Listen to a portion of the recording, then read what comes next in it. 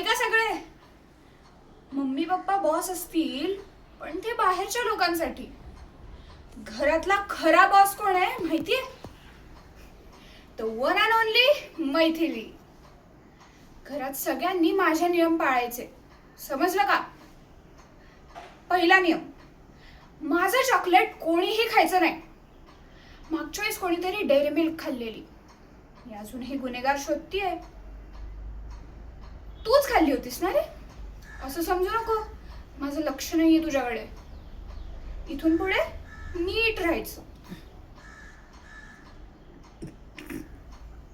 आणि तू, हो तूच, माझा रिमोट घेऊन कार्टूनचं चॅनल बदलून क्रिकेट लावतोस ना? आता इथून पुढे ह्या घरात टीव्हीवर काय लागेल ते मी ठरवणार.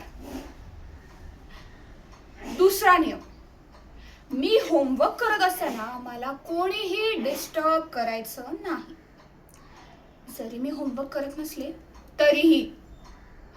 आणि तिसरा नियम, घरात काहीही भांडणं झाली तरी फायनल डिसिजन माझा असणार.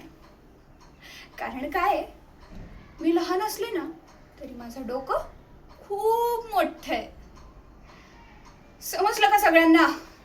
चला आता जा. आणि हा ऐका, कोणीतरी जाऊन माझ्यासाठी आईस्क्रीम आणा. बॉसला खुश ठेवणं सगळ्यांच्या कायमच फायद्याचं असतं.